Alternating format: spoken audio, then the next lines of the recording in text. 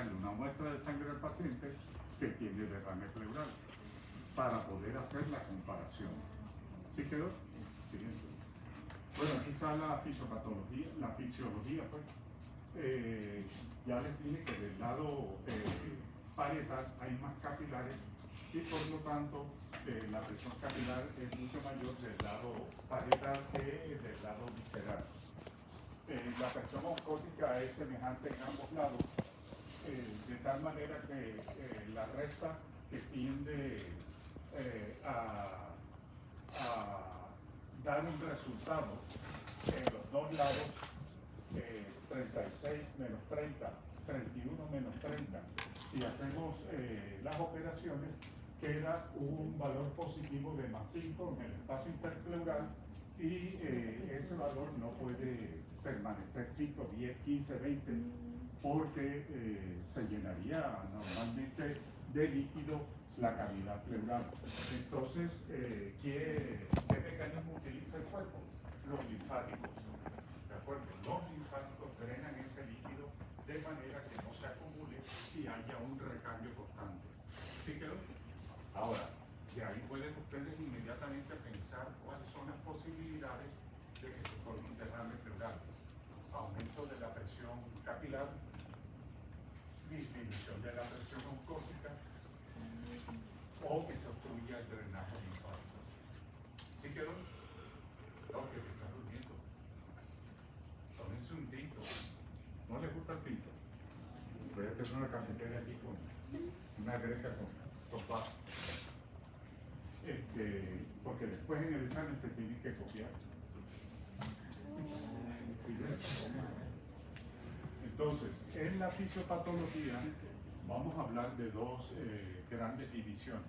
Derrames que son trasudados y derrames que no son trasudados, sino que son exsudados. ¿Sí quedó? Trasudado, exsudado. En el trasudado, lo que más interviene es el aumento de la presión capilar. Y en el aumento de la presión de los capilares. Y en el exsudado, lo que interviene es pérdida de la permeabilidad de la membrana pleural. Y por eso son diferentes los constituyentes de los líquidos de un trasudado al de un exsudado. Se pasan muchas más cosas cuando hay aumento de la permeabilidad que cuando es solamente por el aumento de los capilares. Entonces tenemos el derrame transudativo, alteración de los factores hidrostáticos, los capilares, o los factores oncóticos, como son las proteínas dentro del derrame pleural, que aumentan la formación o reducen la reabsorción del líquido pleural o ambas cosas. Si hay pocas proteínas, no hay quien las retenga dentro de los capilares, dentro de la vasculatura, y se comienza a trasudar líquido al espacio pleural. ¿Sí quedó? Si aumenta la presión de los capilares, ellos también, al haber dificultades en el retorno, en la falla cardíaca hay una dificultad retrógrada, se va a manifestar también en los capilares pleurales y de esa manera se va a formar el derrame pleural. ¿Sí van entendiendo? ¿Sí van entendiendo? El doctor o la doctora que me quiera hacer una pregunta, la hacemos en el camino. ¿Qué pasa? Que el líquido, la sangre o el líquido de la sangre no tiene quien lo mantenga dentro de los vasos sanguíneos y eso permite que se forme el trasudado. Y lo mismo si hay una mayor presión venosa capilar, los capilares no aguantan ese aumento de la presión y comienzan a trasudar líquido, pero del tipo trasudado. Pueden presentarse las dos situaciones en muchos pacientes, ¿de acuerdo? Que entran en falla y también están desnutridos, por ejemplo. Entonces tienen hipoproteinemia y encima les cae una falla cardíaca. Con el ICC, con la falla cardíaca, hay aumento de las presiones venosas y también puede haber edema pulmonar. No solamente los linfáticos se van a ver saturados, sino que también la producción de líquido hacia el espacio pleural se va a ver aumentada. En la cirrosis hepática y en el síndrome nefrótico, ¿alguien me puede decir qué es el síndrome nefrótico? ¿Qué es un síndrome nefrótico? A ver, Sebastián. Es como un conjunto de síntomas y signos que están dados por la pérdida de proteína por el riñón, mayor a 3.5 gramos al día. Y eso hace que se baje la concentración plasmática de proteína, sobre todo albúmina, ¿verdad? Causa edema de miembros, edema pulmonar. Hiperlipidemia, para compensar, ¿verdad? Bien, muy bien. También tenemos como causa de trasudado, de manera infrecuente, las neoplasias malignas, por infiltración, obstrucción de capilares o de los linfáticos que drenan el líquido pleural a los espacios pleurales. Pero lo habitual en la neoplasia maligna es que el derrame no sea de origen de tipo trasudado, sino de tipo exudado. Sin embargo, hay un 10% de estos derrames malignos que pueden ser trasudados cuando se los examina inicialmente. Posteriormente, cuando la neoplasia avance, puede cambiar las características. ¿Sí quedó? Pero puede debutar como un trasudado. ¿Sí quedó? Bueno, siguiente. Ahora vamos a hablar de los exudativos. Los exudativos, como yo les dije, lo que se pierde no es aumento de la presión capilar, no es disminución de la presión de las proteínas. Lo que se pierde es la permeabilidad de la membrana pleural. ¿Cómo se pierde? Por infecciones, por neoplasias, por traumatismos, por ataque autoinmune. Entonces, derrames exudativos, alteración directa o inducida por citocinas de las membranas pleurales y o de la vasculatura que produce aumento de la permeabilidad capilar. Por ejemplo, infecciones, neumonías, neoplasias malignas, enfermedades inflamatorias como el lupus, la artritis reumatoidea, el traumatismo de las pleuras, la cirugía del tórax y el embolismo pulmonar. Con frecuencia coexisten marcadores de infección en ese derrame exudativo, marcadores de infección dentro del líquido pleural que pueden hacerlo más fácil de distinguir de un trasudado. Por ejemplo, en la tuberculosis, cuando el líquido pleural es un exudado por tuberculosis, uno busca una molécula que se llama adenosíndeaminasa. No sé si la conocen, en básicas le hablaron de ella, la ADA. ¿No les hablaron? Adenosíndeaminasa. Si ustedes buscan esa molécula, esa sustancia en el líquido pleural y el paciente tiene fiebre, daño, alteración de la constitución física, o sea, pérdida de peso, tiene todas las demás cosas de la tuberculosis, fiebre vespertina, tos con expectoración purulenta, la gallina lo pone, frito se come, es tuberculosis, no va a ser la chancleta. ¿Sí quedó? Entonces, es muy también interesante poner atención no solamente en lo que pedimos estándar, sino también pedimos otros elementos que se llaman enriquecedores, porque te van a dar a casi ya que el origen, la etiología precisa del derrame de tipo exudado. En este caso que hablamos, la ADA. En el caso de leucemias o linfomas, lo que se aumenta en el espacio pleural son los triglicéridos, no se les olvide, los triglicéridos. Y en el caso de una pancreatitis, ustedes pueden pedir amilasa. Así como se sube la amilasa en la sangre por la pancreatitis, se sube también en el líquido pleural por una pancreatitis. ¿Sí quedó? Entonces fíjense que hay sustancias enriquecedoras, además de las clásicas que van a pedir. También la concentración baja de glucosa, hay una hipoglicemia, se puede decir, dentro del líquido, eso lo producen los derrames infecciosos. ¿Por qué? Porque las bacterias necesitan glucosa y disminuyen el pH, el nivel de glicemia o de glucosa en el líquido pleural. También las infecciones acidifican el pH. ¿De acuerdo? También pueden aparecer en el líquido de derrame pleural productos secundarios del metabolismo de microorganismos y o células inflamatorias. Pueden aparecer monocitos, células LE, que son asociadas al lupus. Puede aparecer anticuerpos antinucleares, ¿de acuerdo? En el caso de un lupus. ¿Sí quedó? Entonces son, fíjense, sustancias que por la clínica del paciente podemos atrevernos a pedir en el líquido que estamos viendo del derrame pleural. Todo líquido pleural de primera vez que ustedes vean hay que estudiarlo. Si ya es consecutivo no es quizás necesario, pero si es primera vez hay que estudiarlo, sea que sospechen que es transudativo o que es exudativo. ¿Sí quedó? De primera vez.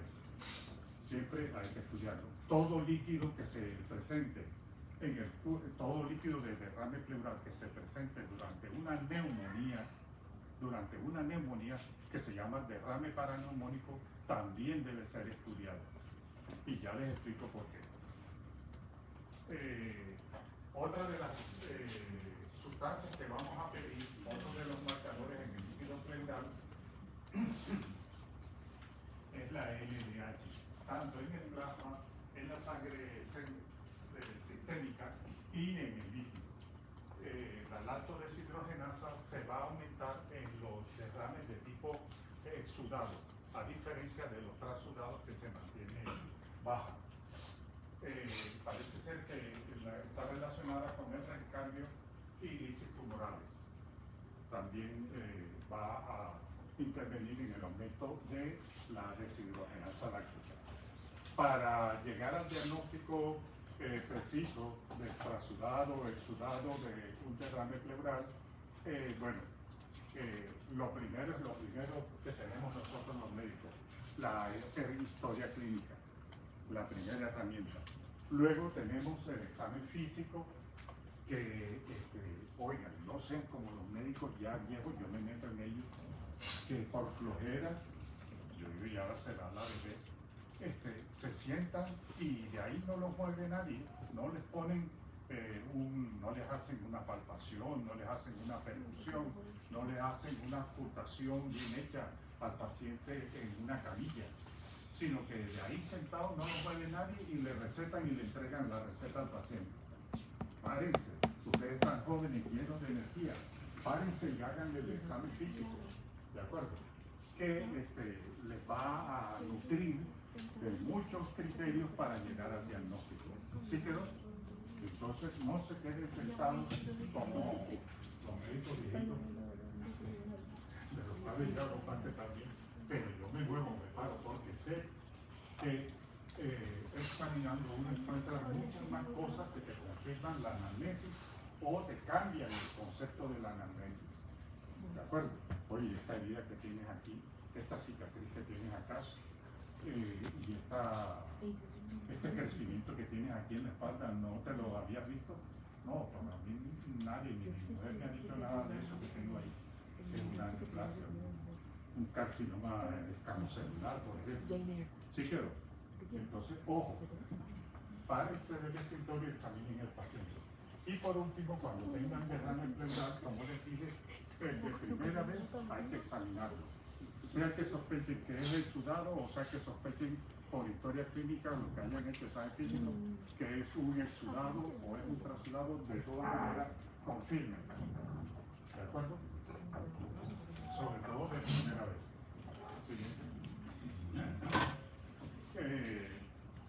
En la historia clínica, ¿qué vamos a preguntar? Bueno, en la historia clínica de un derrame pleural, pues no, vamos a hacer lo que hacemos en todas las historias clínicas, pero enfocado al derrame pleural vamos a interesarnos por algunas cosas. Los síntomas y signos se pueden relacionar directamente con el propio derrame pleural o con la enfermedad subyacente que lo está provocando. Adelante. Si hay alguien aquí que me dé su correo, yo les puedo enviar la presentación. Bien.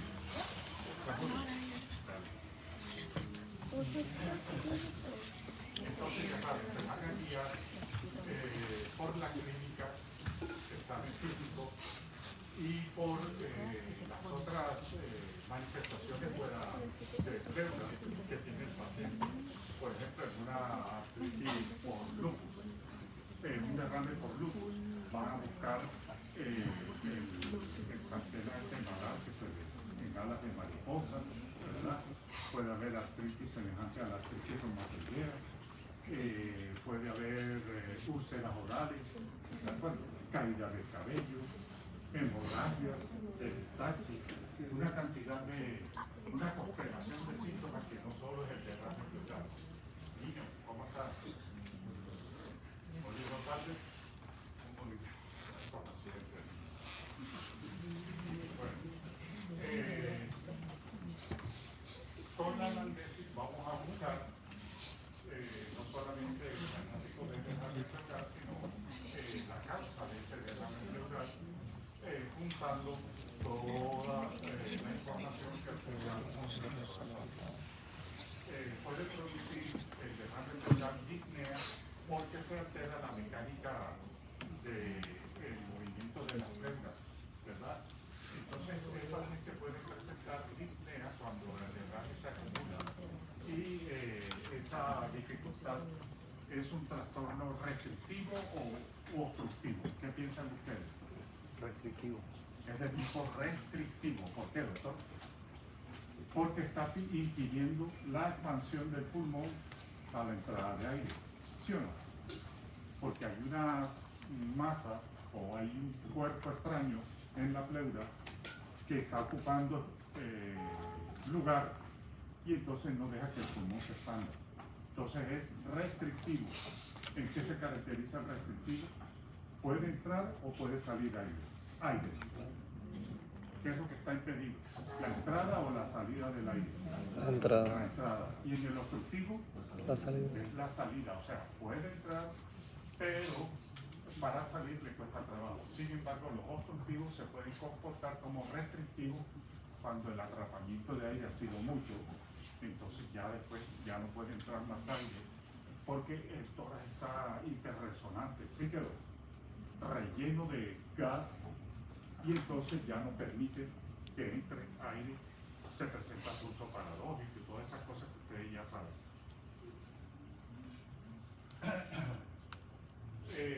La formación, hay otra cosa importante, disnea mecánica por la mecánica pulmonar alterada. Es el síntoma más frecuente, disnea, y suele aparecer cuando la acumulación de líquido llega a estos niveles, 500, 1000 cc de líquido pleural, aunque puede no haber correlación. Cuando el derrame se instala lentamente, el paciente no siente la acumulación de ese derrame. Va despacio. ¿Qué pasa? Que el organismo se va adaptando poco a poco a ese relleno de la pleura. Y de pronto en el examen físico encontramos un derrame pleural que el paciente ni siquiera relata como manifestaciones. ¿Sí quedó entendido? Ojo con eso, ¿de acuerdo?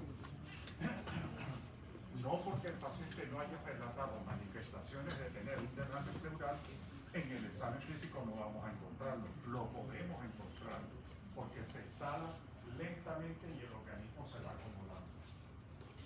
Con frecuencia los derrames pleurales son asintomáticos. Puede dar un dolor que se llama dolor pleurítico en punta de costado con la respiración, ¿de acuerdo? Sobre todo por inflamación, ¿de acuerdo? En la pleura. El dolor es referido en el tórax, también puede ser referido al área precordial, al hombro, por inflamación de las diferentes pleuras, ¿de acuerdo? Ya les dije cuántas pleuras hay. Hay una. Y ubicación anatómica, Torácica, torácica, diafragmática. diafragmática y mediastinal. Ah, también hay otra, la que les dije, intercisural, no se les olvide, ¿de acuerdo? Un derrame pleural entre las cisuras.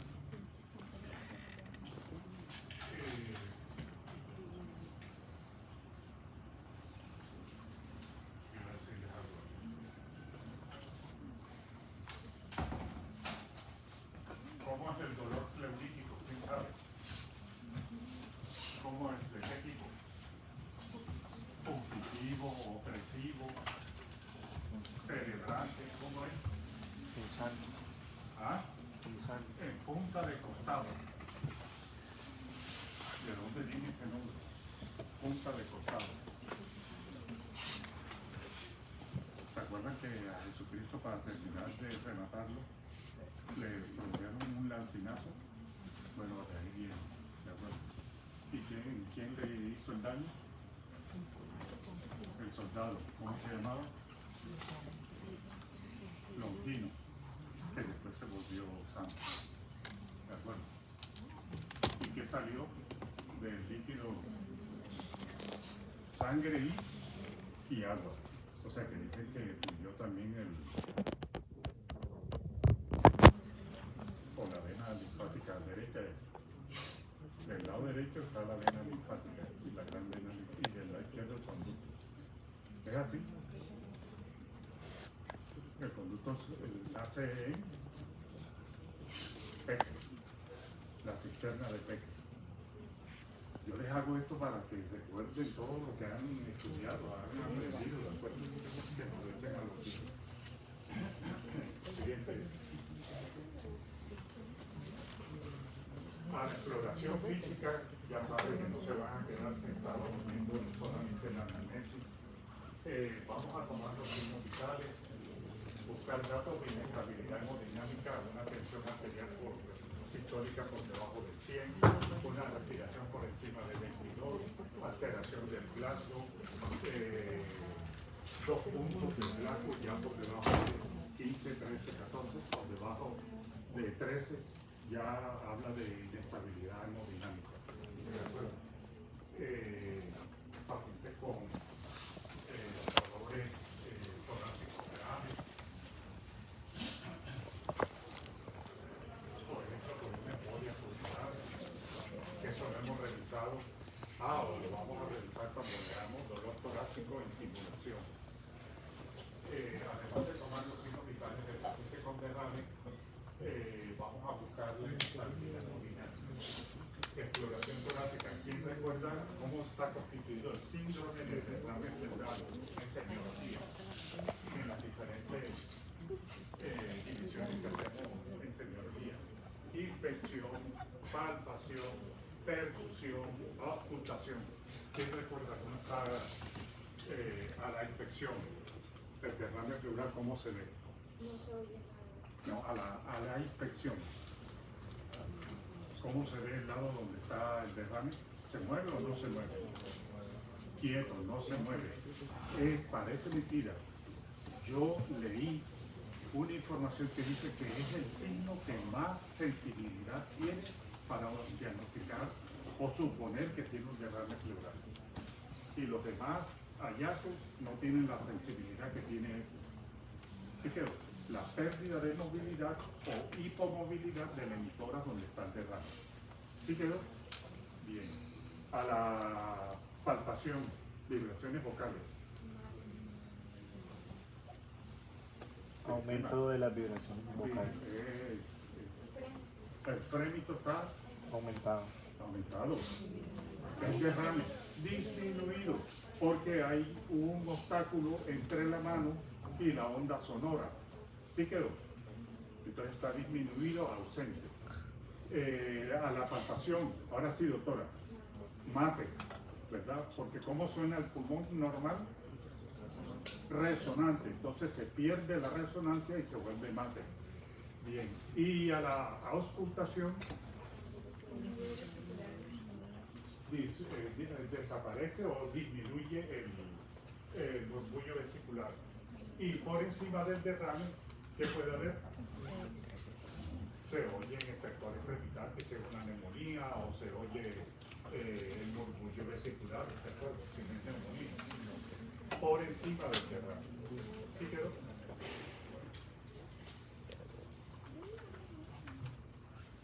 Estos signos son más sensibles.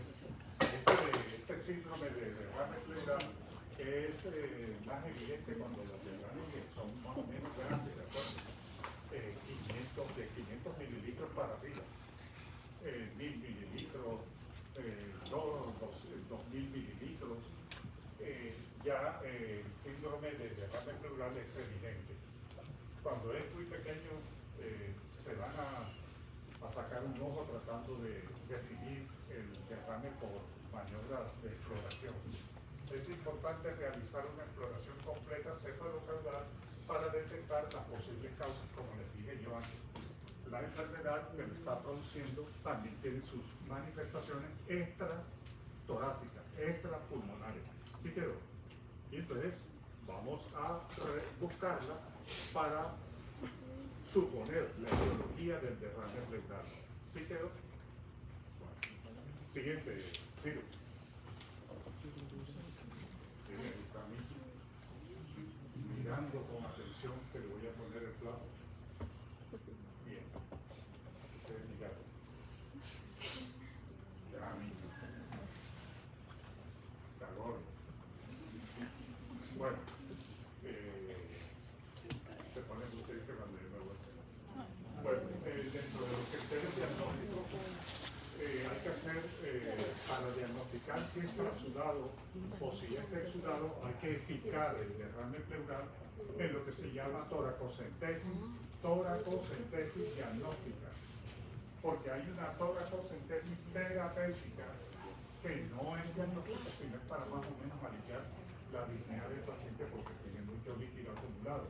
Entonces vamos a hacer una toracentesis primero diagnóstica y en la toracentesis diagnóstica vamos a darnos cuenta, según los constituyentes, si es un exudado o un trasudado. ¿Sí quedó? Bien. La terapéutica sirve para aliviar los síntomas de acumulación de líquido en el espacio pleural. Mejora lo que dice el doctor, la mecánica de la respiración pulmonar. ¿De acuerdo?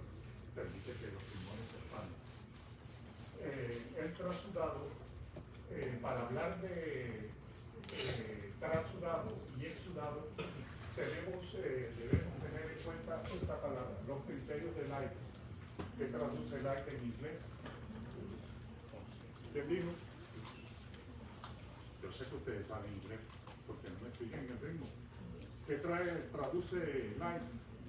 Luz, entonces ya no se les olvide. Luz, light, los criterios del aire.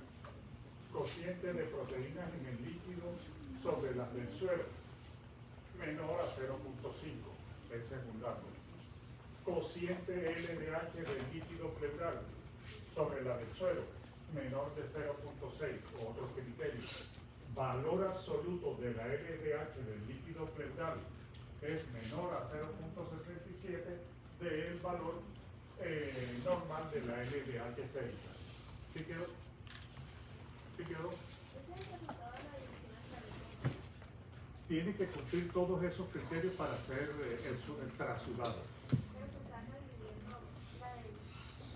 Claro, por eso hay que sacar sangre y picar el líquido.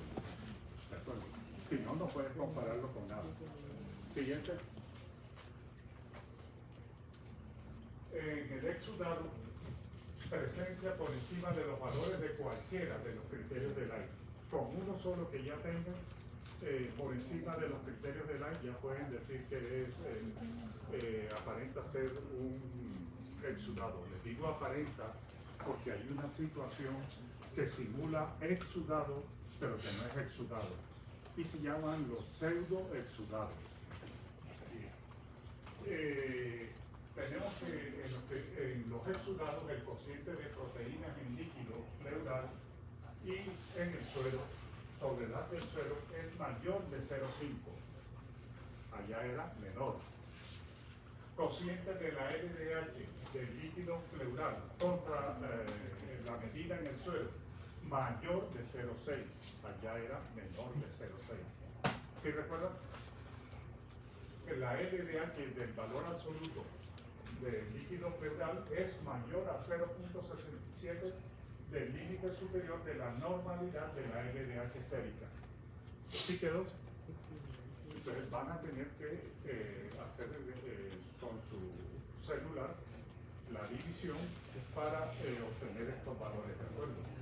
Esta división anterior y el dato que depende del valor del líquido pleural de LDH. ¿Sí quedó? La situación del... Espérate. La situación del sexo...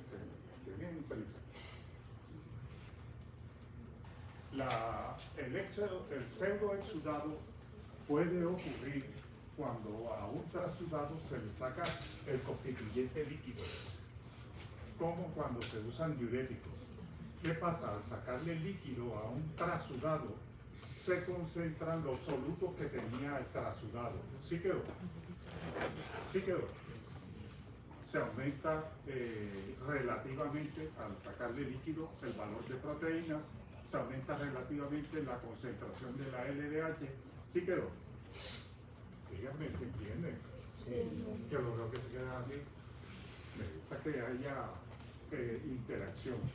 ¿De acuerdo? Bueno, entonces el pseudoexudado es un derrame que cumple uno o más de los criterios del AIS para exudado, pero que realmente es un trasudado.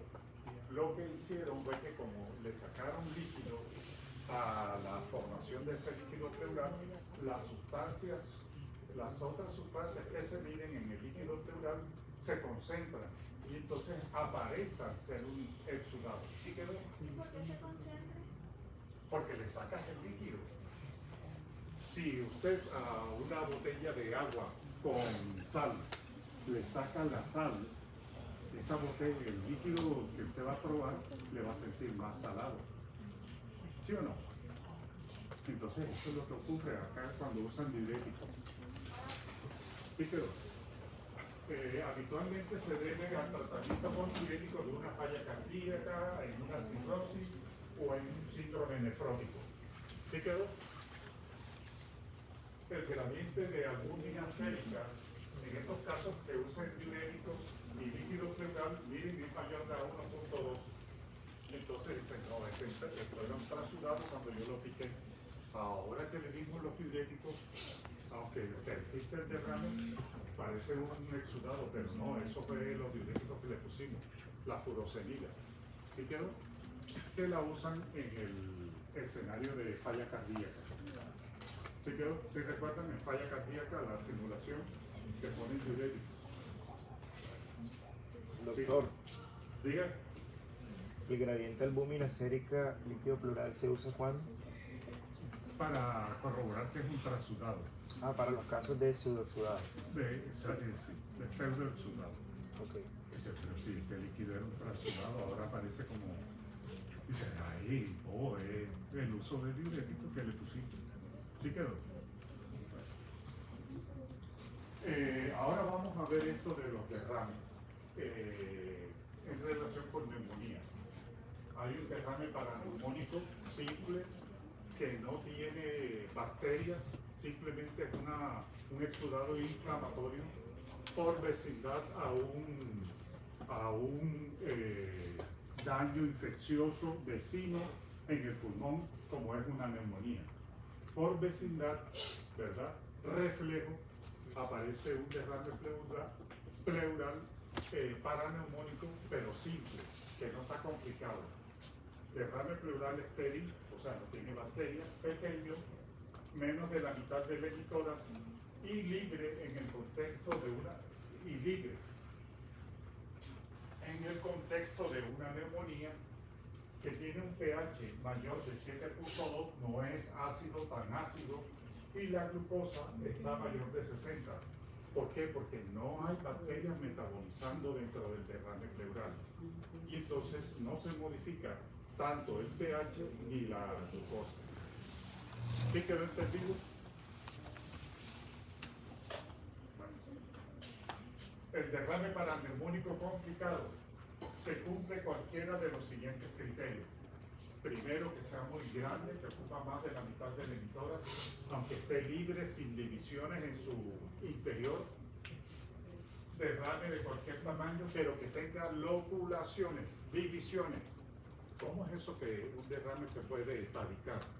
Sí se puede tabicar, puede haber producción de fibrina y la fibrina va a producir divisiones dentro del líquido pleural. Esa presencia de divisiones hace que el derrame no sea simple sino complicado. Por lo tanto, habrá que dejarle en las manos del neumólogo o de un cirujano experto en tórax el tratamiento definitivo de los derrames complicados con loculaciones, divisiones. Porque la función torácica, la toracentesis no va a ser posible que drene todas las loculaciones, ¿sí quedó? Entonces es más complicado el tratamiento. También se considera derrame paraneumónico complicado cuando hay demasiado engrosamiento de la pleura parietal que se observa en la TAC de tórax. ¿De acuerdo? En la TAC de tórax. Tinción de Gram o cultivos positivos, presencia de bacterias y lo que denominamos empiema. El empiema no es más que un absceso en la pleura, pura pus y bacterias. A veces no hay bacterias sino pura pus. ¿Sí quedó? Bien. El pH de estos derrames complicados, paraneumónicos complicados, va a ser diferente, menor de 7.2 y la glucosa menor de 60. Entonces ya ustedes tienen ahí una diferencia con la cual trabajar. Además, la presencia de tabicaciones ya les da la información de que es complicado. El empiema es pus evidente en el espacio pleural con tinción de Gram positiva, y no es necesario un cultivo positivo para el diagnóstico. A veces es difícil que obtengamos crecimiento de bacterias o de bacilos tuberculosos, que también es una micobacteria. Esos cultivos, porque a veces no es posible, es difícil, son fastidiosos. Entonces va a salir el Gram positivo en el examen de líquido, pero no crece nada. Van a tener que guiarse pues por otros métodos para saber bien bacterias que puedan producir eso. ¿Sí? Doctor, Diga. una pregunta, ¿por qué como que tiene que estimular la producción de fibrina? La reacción inflamatoria, la reacción inflamatoria y mete dentro de los componentes fibrina. Los eritrocitos, si van a formar coágulos, necesitan de fibrina. La reacción inflamatoria para curar la zona que está inflamada necesita de fibrina. Acuérdense las úlceras cuando sangran, ellas finalmente curan con una capa de fibrina. Y todo en el organismo tiende a producir como cicatrización, previa a la cicatrización, fibrina, que es la que se va acomodando o ajuntando en el sitio que está dañado, ¿de acuerdo? Como un mecanismo de reparación, ¿de acuerdo? ¿Se podría deshacer la fibrina con qué sustancias? Los fibrinolíticos, ¿como cuáles? Las de plas. Alteplase, pegneteplase, estreptoquinasa, ¿sí recuerdan?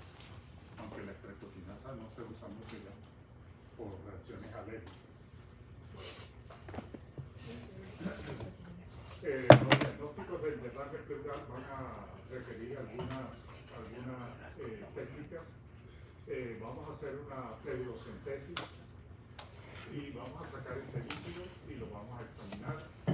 Antes de saber si tenemos un derrame pleural, pues clínicamente lo hemos detectado con la semiología de derrame pleural y hacemos la toracentesis y pedimos los exámenes, pero también podemos hacer antes de eso medir el tamaño del derrame. ¿Con qué elementos? Podemos hacerlo con una ecografía de pleura, ¿de acuerdo? Con una ecografía de pleura o una radiografía de tórax. Ahora vamos a ver qué niveles de derrame y cuántos mililitros significan esos niveles. ¿Sí quedó? ¿Qué dijimos en la placa de tórax? Los 15 mililitros, los 10 mililitros que hay constantemente en la placa de tórax, ¿se aprecian en la placa de tórax? Normalmente no se ven, pero cuando se sobrepasa esa cantidad, sí comienza a verse borrado los senos. El posterior, el lateral, se comienzan a borrar. Y uno dice, ahí hay líquido. Bueno, detección con estudios de imagen de tórax, tomografía, radiografía, caracterización mediante la obtención de una muestra de líquido pleural mediante toracocentesis diagnóstica, no terapéutica, diagnóstica. La terapéutica se hace cuando ya uno tiene el diagnóstico de qué derrame se trata. ¿Sí quedó? Aunque se puede hacer en el mismo momento diagnóstica, se reserva una parte del líquido y el resto se termina de sacar para que el paciente, además de su diagnóstico, obtenga mejoría respiratoria. ¿Sí quedó? Una terapéutica puede combinarse con una diagnóstica, ¿sí o no? Es preciso obtener una muestra de todos los derrames paraneumónicos y de todos los derrames nuevos que no sean paraneumónicos, no diagnosticados. Eso ya se los había dicho. Siguiente. Vamos a hacer un análisis del líquido pleural para saber si se trata de un exudado o de un trasudado. ¿Qué se debe informar en el líquido pleural? El color. ¿Cómo se llama este color? ¿Cómo le dicen? Amolinesco. Citrino. Citrino. O santocrómico.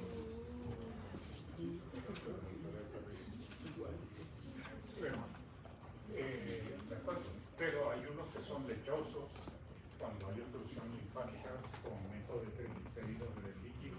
Hay unos que son turbios, hay unos que son cristalinos, transparentes, los trasudados. Entonces vamos a describir el color y la consistencia, si es muy viscoso o si es líquido, pues corre muy rápidamente en las paredes del tubo, y si es viscoso, pues lo hará transparente.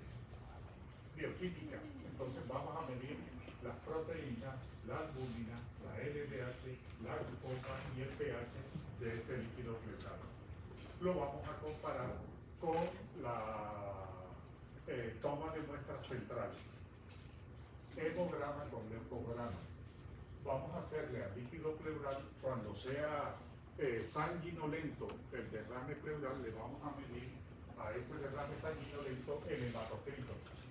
Se sospecha que es un hemotórax, o sea, pura sangre aquí en el espacio pleural, cuando el valor del hematocrito de líquido es mayor de 0.5 el hematocrito del suelo.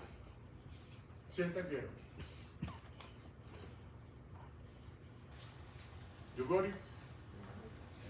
¿Lo atraparon?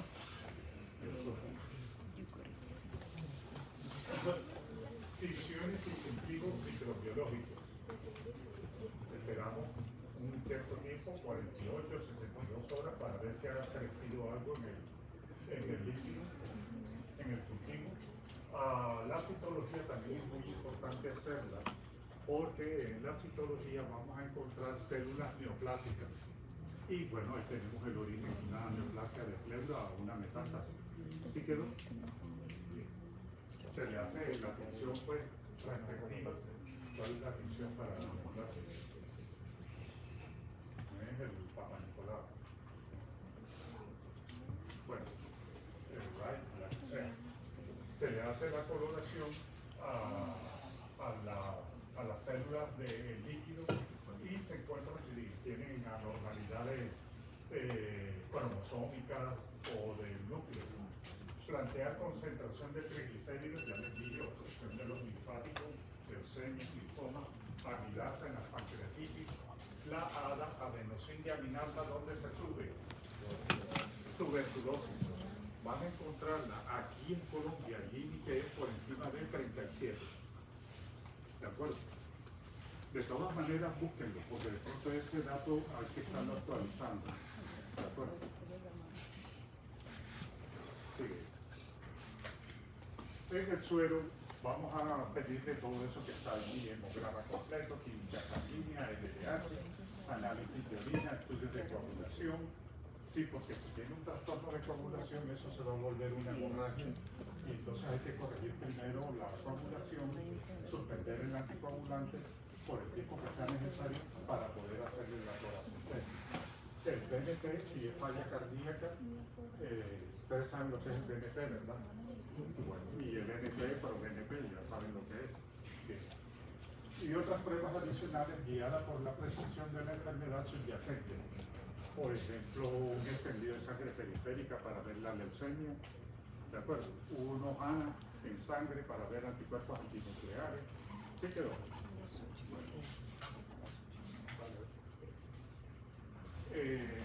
El electrocardiograma en realidad no sirve mucho. El electrocardiograma de un derrame pleural no da pistas. De pronto para un derrame pericárdico sí. ¿Qué hay en el electro en un derrame pericárdico? Cuando es pericárdico, el voltaje se baja. ¿Y cuando digo yo que el voltaje está bajo en el electro? Cuando la suma de los QRS de 2, 3 y ABF me dan menos de 15 milivoltios. Apúntenlo. ¿De acuerdo? Cuando la suma de las R, del voltaje de R, es menor de 15, ¿sí lo tienen? Se dice que el voltaje del electro, sobre todo de extremidades, está bajo. ¿En qué derivada? 2, 3 ABF, cara inferior. Pueden sumar ahí. Bien, en el diagnóstico por imagen, radiografía de tórax, PA posterior anterior, o sea, que el paciente esté así, con los brazos en jarra o acá extendidos, por encima de la cabeza. Permite obtener una estimación aproximada del líquido. El seno ortopédico posterior se borra cuando hay 75 mililitros de líquido de derrame. El ortopédico lateral se borra cuando hay 175 o más. ¿De acuerdo? Este también o más. Se oscurece el contorno diafragmático, o sea, no se ve la hoja del diafragma cuando el derrame ya tiene 500 mililitros o más. Y cuando tiene 1000 mililitros de acumulación de líquido en el espacio intrapleural, el menisco de líquido, ¿sabes lo que es el menisco? El borde ese superior que se encuentra en el líquido, que es como cóncavo. ¿Sí quedó? El menisco va a dar por el arco costal número 4. Llega a nivel de la cuarta costilla anterior. Si ustedes ven todo el pulmón hipertenso, ¿cómo se dice? Radiopaco. Entonces, probablemente hay mucha cantidad de líquido, 2 litros, 3 litros, ¿de acuerdo? Y el paciente seguro que va a tener un poco de neumonía porque medio pulmón está ocupado por cosas que no es pulmón, por un tejido que no es pulmón, por derrame. Las enfermedades asociadas podemos ver una neumonía, podemos ver como una neumonía con un derrame paraneumónico y podemos ver, por ejemplo, datos de falla cardíaca.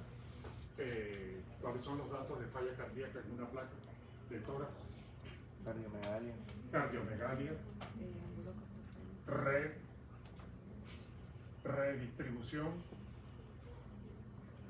eso lo digo yo en la simulación, redistribución de flujo. Otra, las alas de mariposa, no se les olvide. ¿Sí recuerdan? Retengan los conceptos y vayan guardándolos ahí y utilicen.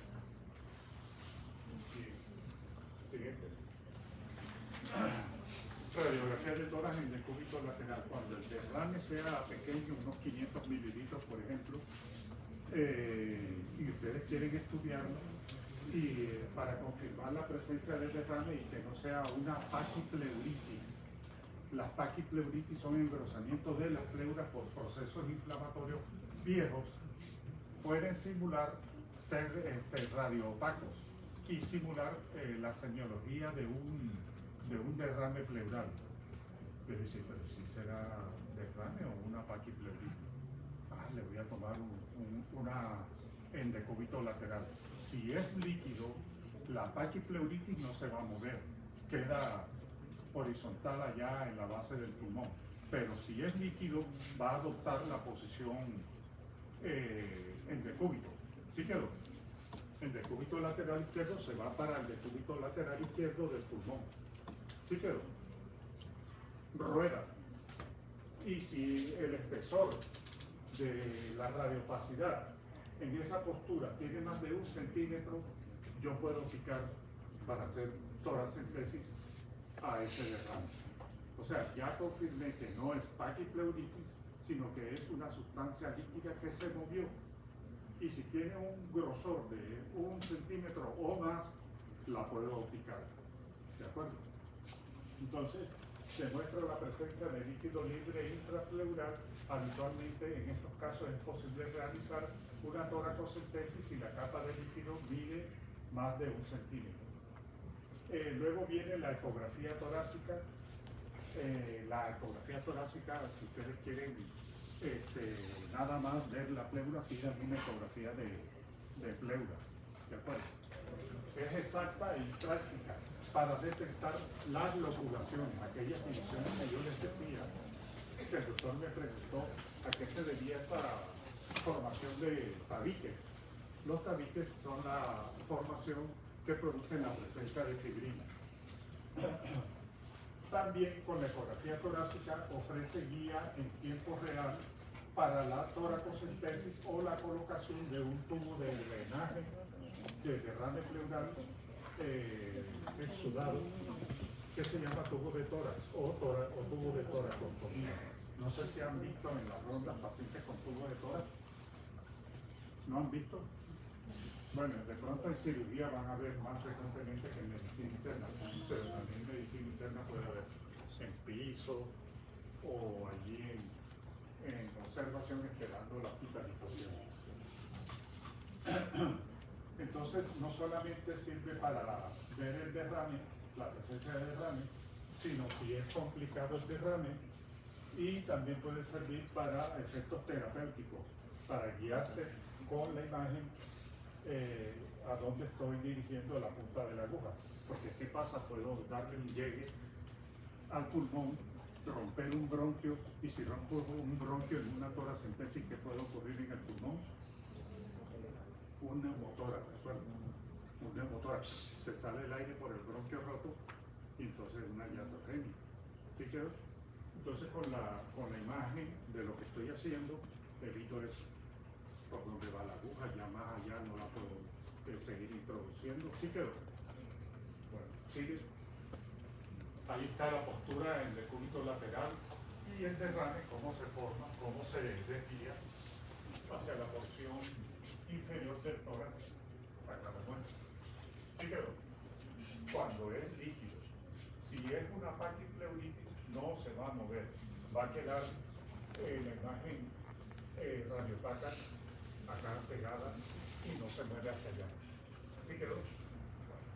¿Sigue?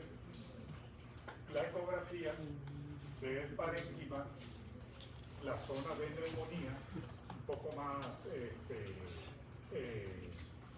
hiperecoica, y la hipoecoica por delante de la pleura visceral, que es el derrame pleural. ¿Sí lo ven?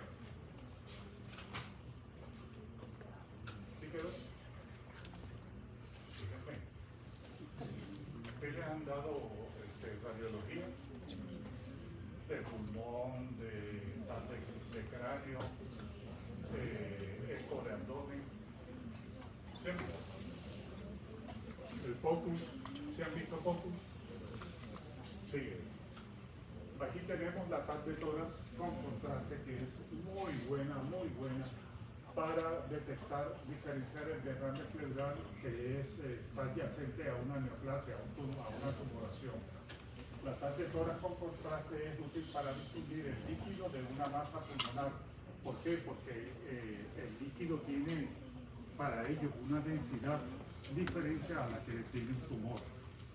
Así que una densidad imagenológica, tomográfica, tiene una densidad diferente. Entonces ellos pueden hacer la diferencia, los radiólogos. También la densidad de la sangre es distinta a la de la densidad de un líquido trasudado, por ejemplo, o de una masa de tórax, una masa neoplásica. Entonces ellos por el estudio de radiología que tienen, saben diferenciar con la TAC de tórax una masa, un hemotórax y un líquido pleural normal. También define características como loculaciones pleurales, el engrosamiento de la pleura, la presencia de nodularidad, como en el caso de tuberculosis o neoplasias metastásicas u otras alteraciones de la pleura. ¿Dónde se ve el derrame? Fíjense, el derrame, este pulmón izquierdo, no, este es derecho, ustedes van a ver el borde costal, miren las huellas de las costillas, y no debe haber en realidad ningún espacio entre las costillas y la pleura parietal. Se debe ver el parénquima pulmonar rozando los arcos costales, indicando que las pleuras están bien. Pero miren acá, si ven la gran hiperdensidad que hay ahí, esto corresponde a un derrame pleural. Aquí está pequeño, pero aquí está más grande. ¿Sí quedó? Y esto que está acá son las estructuras mediastinales, los grandes vasos, el corazón. ¿Sí quedó? Las estructuras de mediastina. Bueno, siguiente. En cuanto a la toracentesis, fíjense cómo se pone el paciente desnudo a la espalda, inclinado un poco hacia adelante y con ayuda de la ecografía o la tomografía en tiempo real se va haciendo la punción en el espacio intercostal, teniendo en cuenta que se debe hacer por encima de la costilla infrayacente al espacio intercostal que voy a fijar. ¿Por qué tiene que ser la costilla infrayacente o no y no la suprayacente? Por el paquete vasculonervioso, si lo pincho, pues ahí hago una iatrogenia, entonces me voy por encima de la costilla. Se puede realizar de forma segura a la cabecera del paciente o en la sala de procedimientos en derrames que tienen más de 1 centímetro en la RX de todas del decúbito lateral. Es importante acceder a los derrames complicados, organizados, con guía, con ecografía o tomografía en tiempo real. Cuando los derrames son complicados, es mejor no hacerlo a ciegas, sino con una guía imagenológica. Antes de hacer la toracentesis, debemos haber hecho las pruebas de coagulación para no hacer una iatrogenia, un sangrado allá en la pleura o en el pulmón, si es caso. Utilizar la hemostasia, el PP, el TPT, que no esté por debajo de 2 veces lo normal, o sea que no esté prolongado, que las plaquetas no sean menor de 25.000 y que la creatinina no esté menor de 6, porque estos procedimientos pueden provocar daño de los tejidos, aumento de la creatinina, inestabilidad hemodinámica.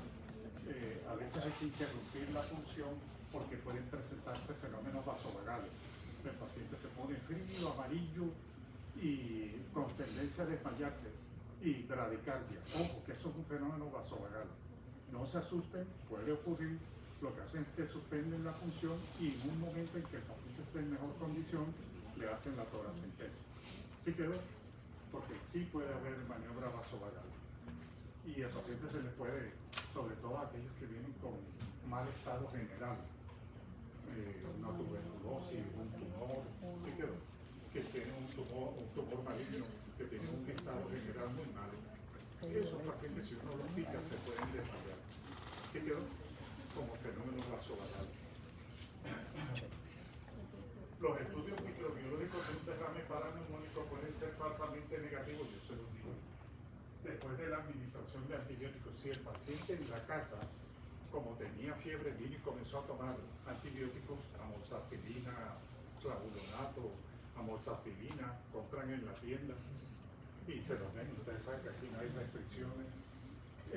Eso puede modificar los cultivos, las tinciones de grano. Pero está el antecedente, entonces ya uno, si hay pus, pero no hay bacterias, puede ser que pasó eso. ¿Sí quedó? ¿Sí me entienden? Sí. No porque no encuentren tinción de grano ni cultivo positivo, no va a ser infeccioso. Sí puede ser infeccioso, nada más que se modificó el contenido del derrame por el uso de antibióticos previamente. Sí quedó, que no se les pase esa pista. ¿Están cansados?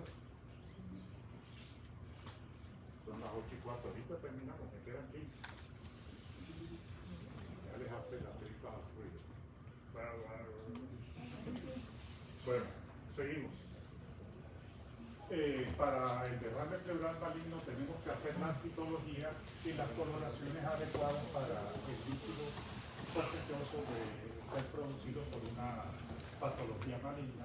Y aquí se van a ver las aberraciones de la cromatina, miren, una célula multinucleada con núcleos deformes que están indicando que eso es el cromatina de origen neoplásico.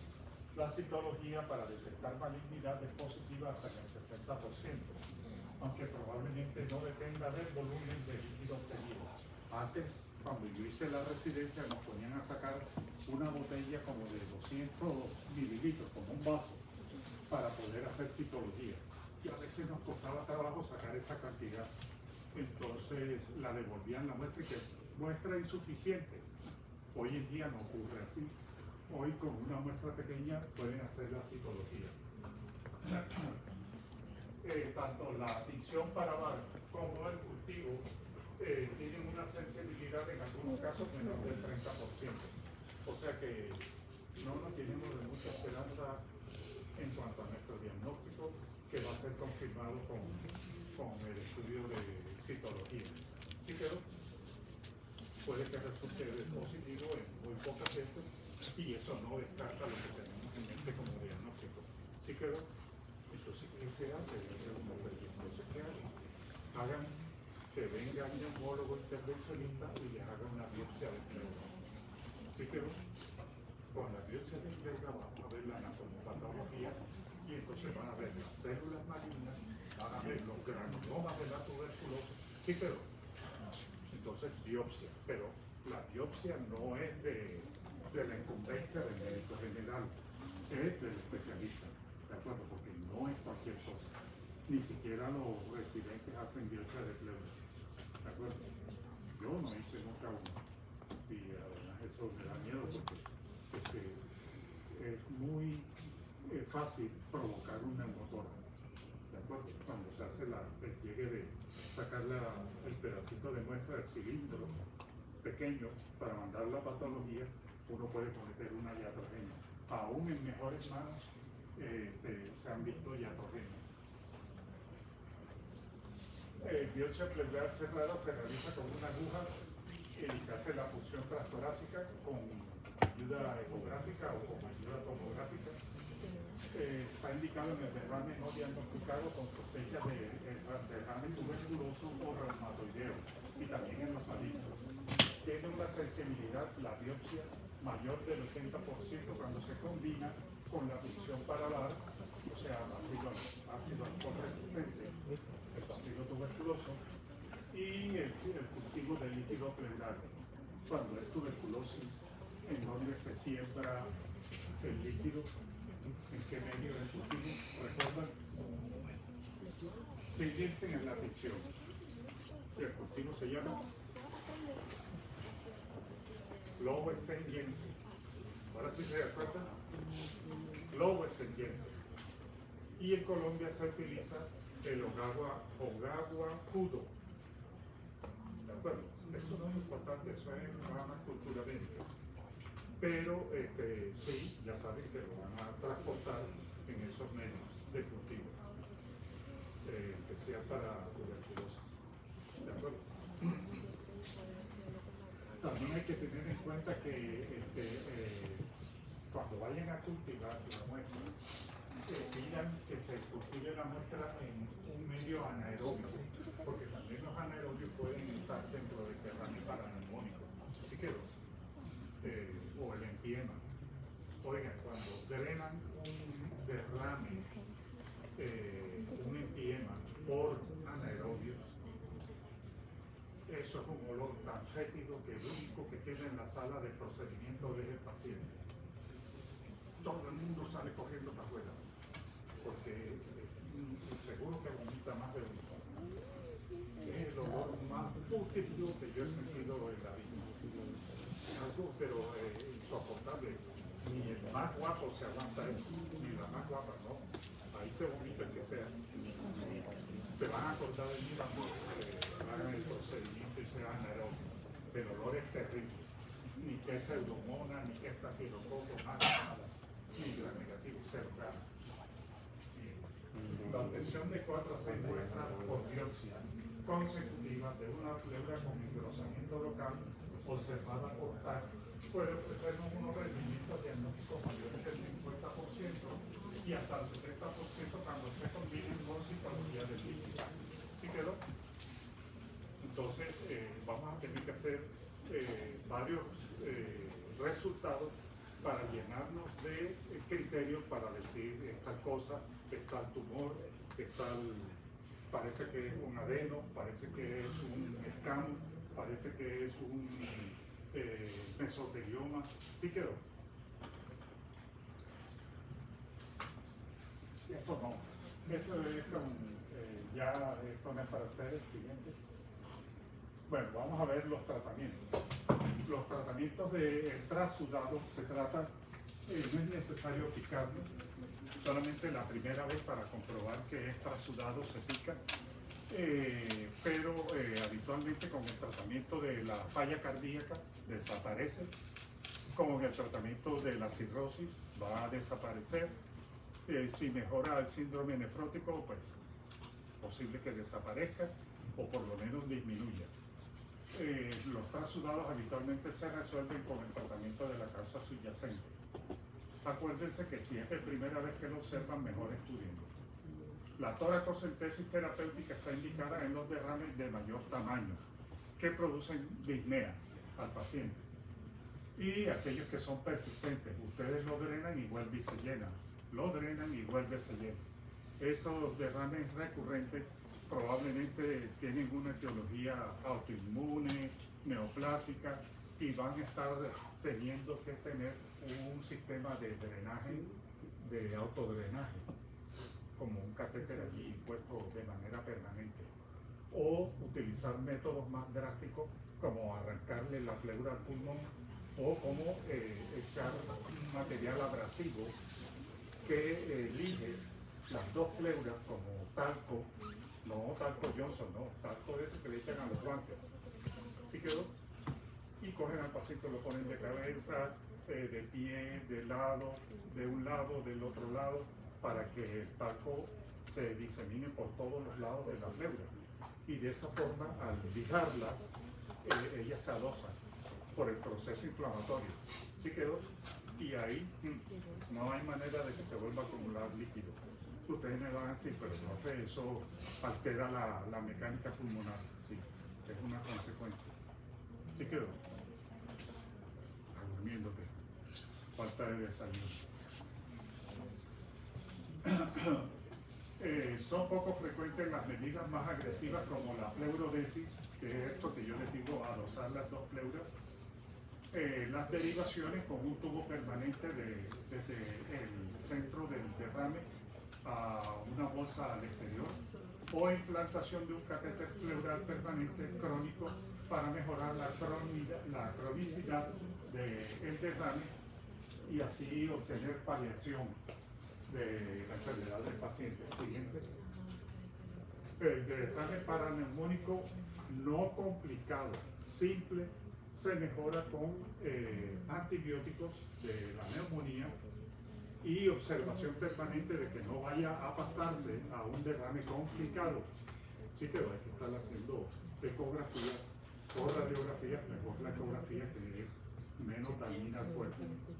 Tanto rayos X, pues no es bueno hacerlo, ¿verdad? Porque puede ser cancerígeno. El derrame paraneumónico complicado con empiema se puede tratar con antibióticos y drenaje temprano con tubo de toracostomía para evitar las adherencias inflamatorias y la organización. Ojo con esto. Si el paciente tiene un derrame complicado, no pierdan tiempo, hay que tratarlo con drenaje y destrucción de los tabiques. Algunos utilizan fibrinolíticos, pero ¿qué ha pasado? Que al usar fibrinolíticos puede haber hemorragia dentro de la pierna. Entonces vamos a pasar de un paraneumónico a un paraneumónico hemorrágico. ¿Sí quedó? Entonces eso de estar usando fibrinolíticos, no lo hagan ustedes, eso que lo haga el neumólogo. Ustedes ya saben, el pronóstico mejora al derrame al paciente con derrame paraneumónico complicado y empiema cuando se hace el tratamiento de manera temprana. Si ustedes lo hacen ya pasado el tiempo, 10, 15 días, un mes, ese paciente corre el peligro de no responder al tratamiento y se puede morir en un choque séptico. ¿Sí quedó? Por el empiema. Los antibióticos también deben ser parte del tratamiento frente a los organismos anaerobios. Ya les dije que pueden haber anaerobios dentro del contenido. Anaerobios hay en los ¿cómo se llama? Ápices de los dientes, ¿verdad? Y cuando el paciente convulsiona, puede exprimir el ápice de la raíz del diente y fluir esos anaerobios. También cuando broncoaspira, ¿de acuerdo? Con la convulsión o un paciente con dolencia senil que no sabe tragar, se enchumba el pulmón con anaerobios de las vías digestivas, entonces puede provocar un derrame paraneumónico con anaerobios y ya les dije cómo es el dolor y sería necesario pues tratarlo con los antibióticos para anaerobios. Díganme antibióticos para anaerobios que saben ustedes.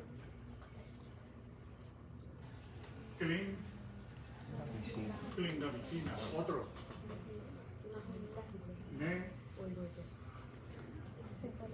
Transmetro.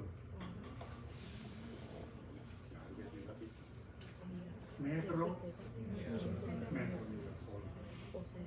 Y todos los betalactámicos tienen alguna eficacia, la quinolona, contra los anaerobios, ¿de acuerdo?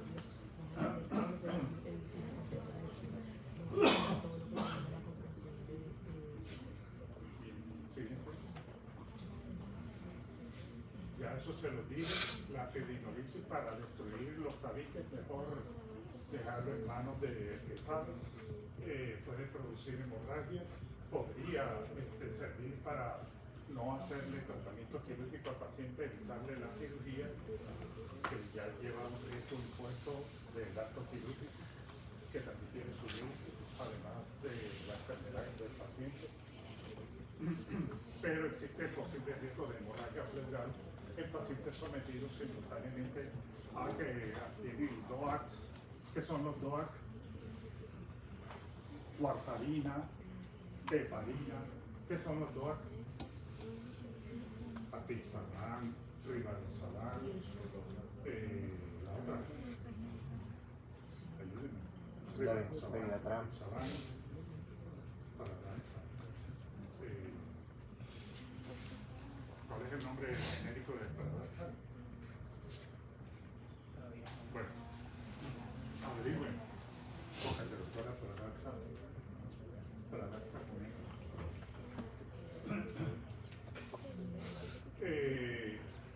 la sonda pleural se puede retirar, el tubo de tórax, en caso de una neumonía, edema, derrame paraneumónico complicado.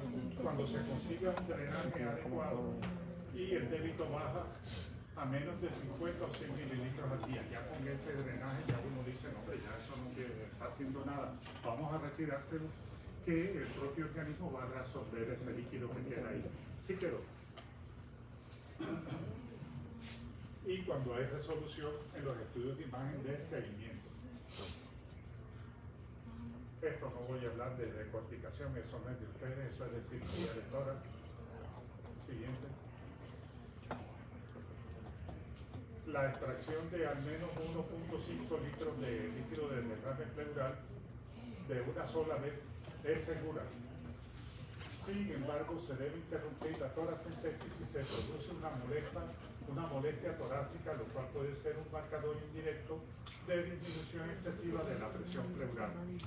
Cuando ustedes vean que cuando están sacando mucho líquido el paciente se pone amarillo, bradicárdico, frío, hipotenso, ojo que puede ser que está haciendo una reacción parasimpática o vagal, o es que hay mucha presión negativa dentro del espacio pleural porque se les ha pasado la mano de drenaje. Sí quedó.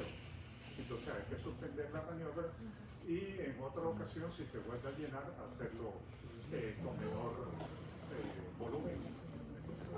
Bueno.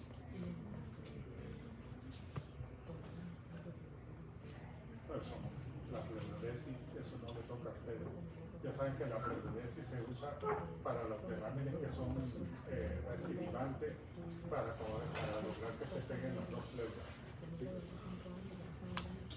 Eso tampoco. Ese es un catéter pleural a drenaje. A drenaje al exterior para evitar que se acumule líquido allí de manera constante. Siguiente. El tratamiento quirúrgico, yo les mencionaba que el cirujano de tórax también puede ver el caso del derrame haciendo decorticación torácica. Decorticación es quitar las pleuras.